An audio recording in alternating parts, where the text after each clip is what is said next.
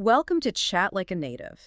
Ever found yourself in a meeting, maybe online, maybe in person, and bam, someone hits you with a question you just didn't see coming? Oh, yeah, that feeling. Yeah, where your mind just goes blank, the screen's full of faces, and the silence just stretches out.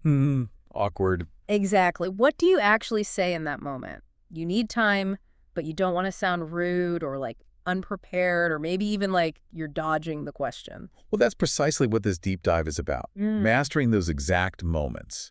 We've looked at some great sources on this, and we're going to unpack some really practical one-line replies. Okay. These replies don't just buy you a few precious seconds. They keep the conversation flowing smoothly, and maybe even more importantly, they help maintain trust. Right. Trust is key. Absolutely. You'll learn how to sound natural, polite, and completely in control, even when you just need that moment to get your thoughts straight. Sounds incredibly useful. Stuff you can use right away. Definitely. Stick with us, and you'll pick up some great communication tools. Okay, let's get into it. Our research mentions this really neat framework. It's called the 3-beat time buying formula. Sounds structured. It's designed to give you that little bit of breathing room, right?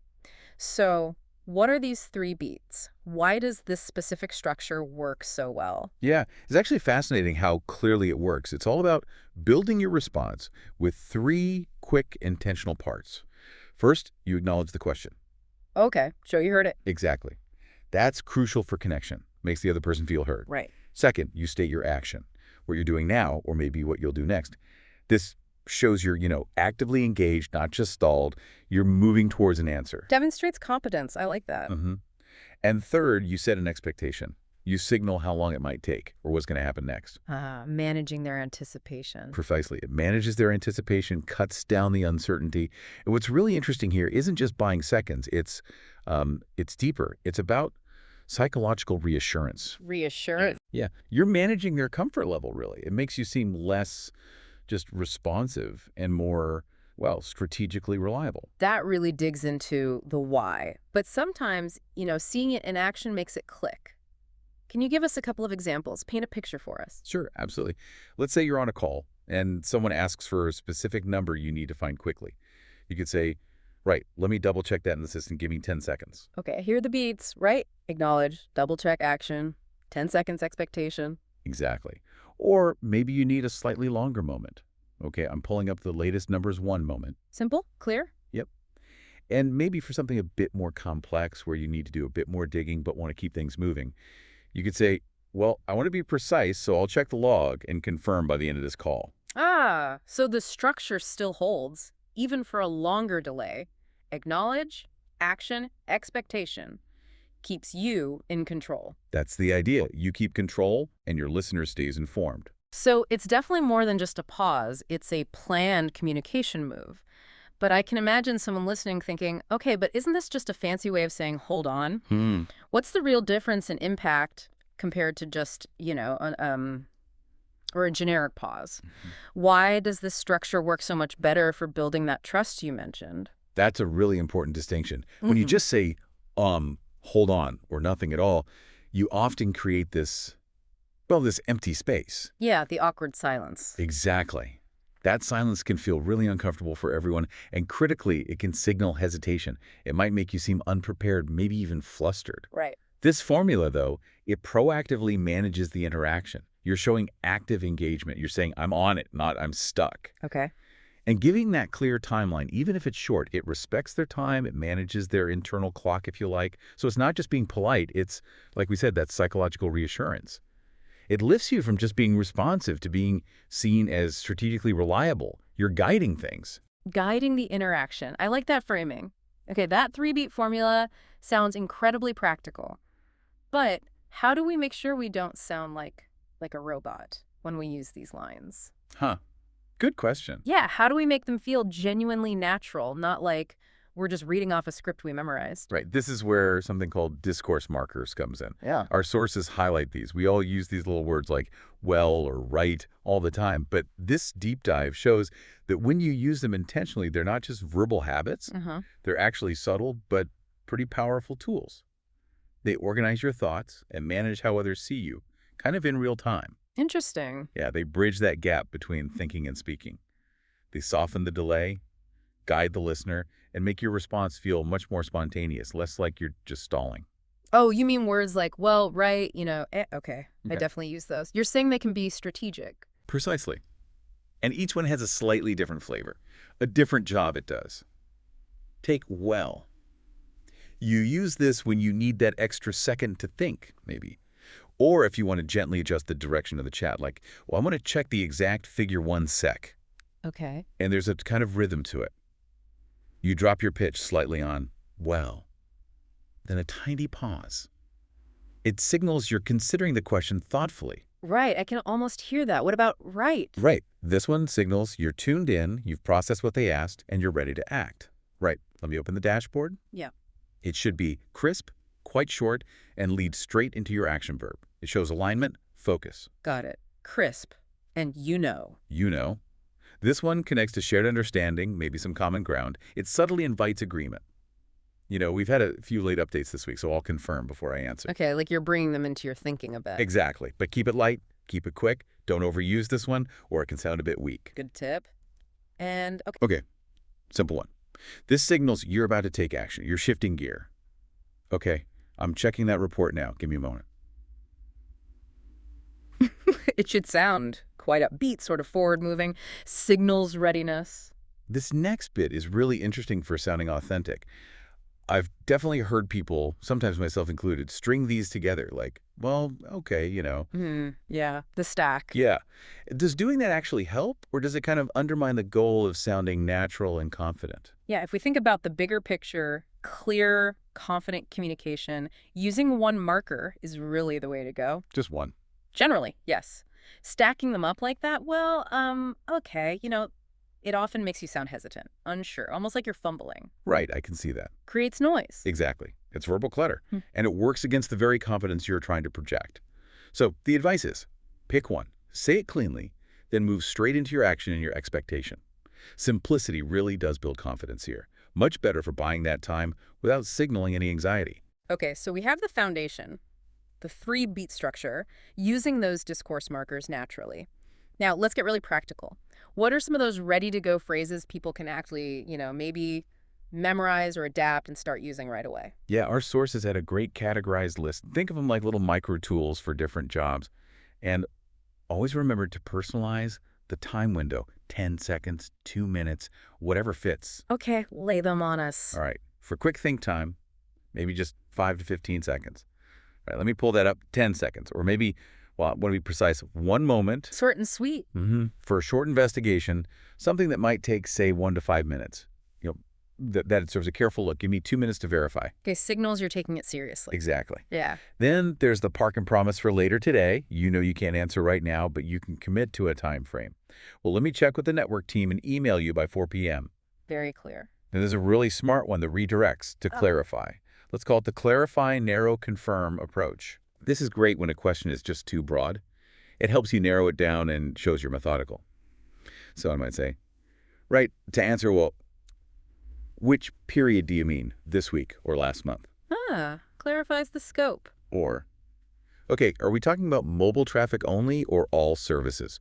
Helps you focus, gives you a clearer path. That saves time in the long run, too. Definitely. And of course, sometimes you just didn't hear it properly. So for when you didn't quite catch the question, sorry, could you say that once more? Or apologies one more time, a bit slower so I get it right.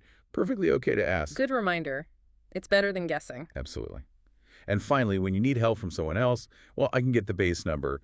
Could you ask Sarah about the exceptions? Neatly splits the task, clarifies who's doing what. These are gold, really useful, ready-made phrases. But here's the tricky bit, maybe. How do we make absolutely sure we sound polite and professional? Not like we're being evasive or just trying to stall. It can feel like a bit of a tightrope walk sometimes. Yeah, perception is key here. It's a really important point. To make sure your tone, your delivery, comes across as polite and confident, not evasive, focus on a few things. First, try to add a brief reason.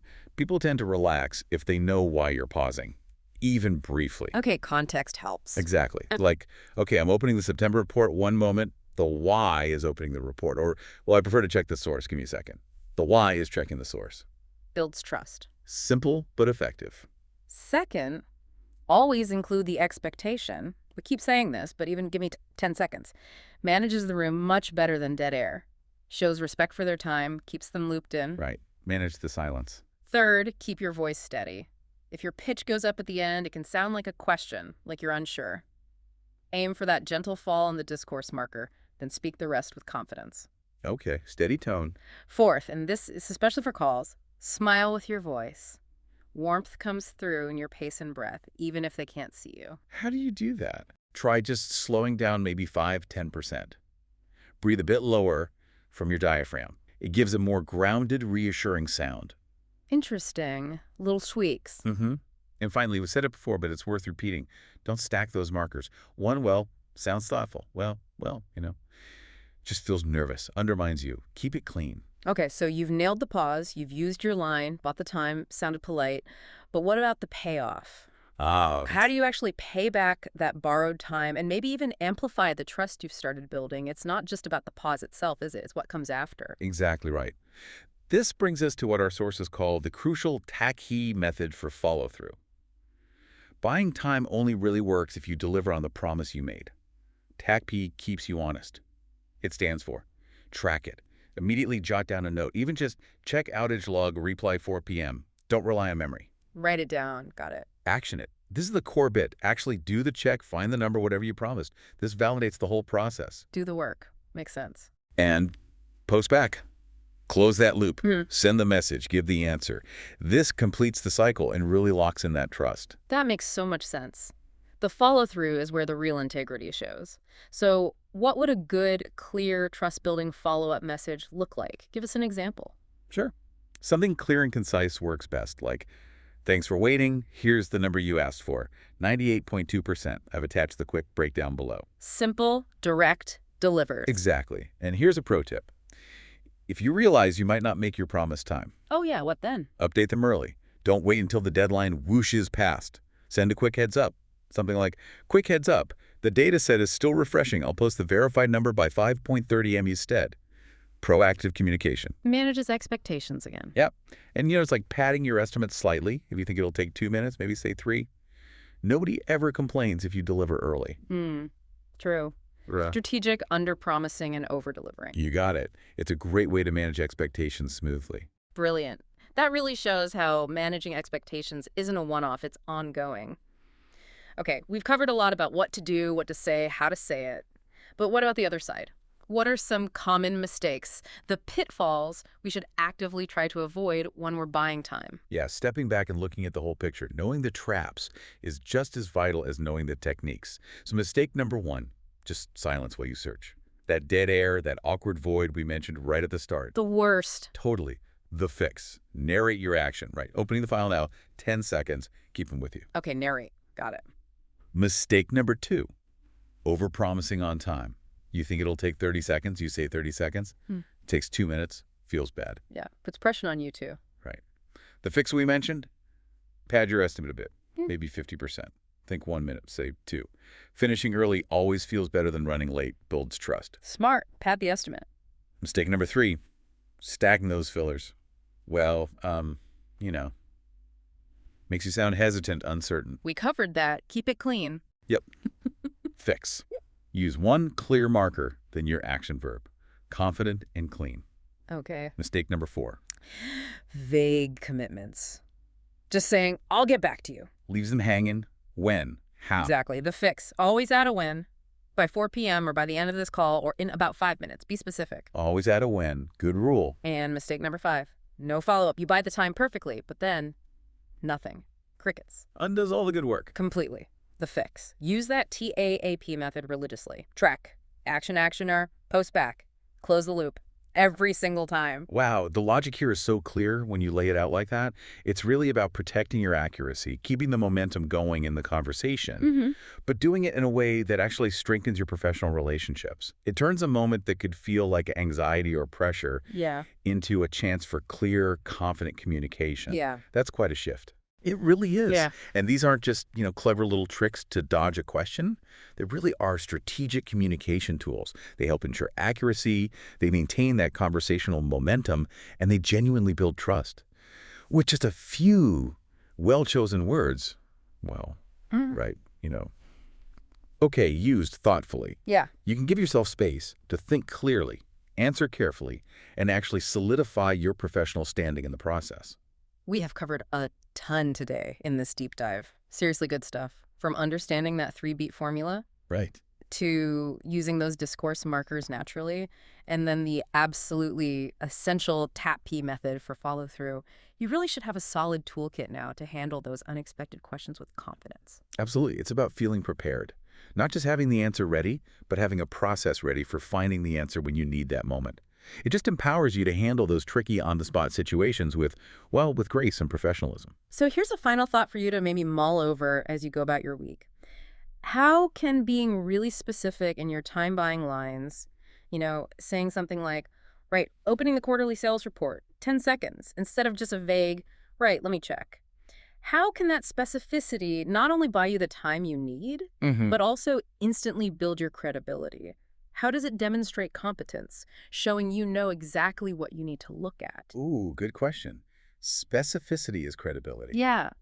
Think about practicing these phrases, maybe tweaking them to fit your style, making them genuinely yours. Well, we really hope this deep dive helps you feel more prepared, more articulate in all your daily interactions. Thanks so much for joining us. We'll catch you next time for another deep dive, helping you become an even more informed and confident communicator.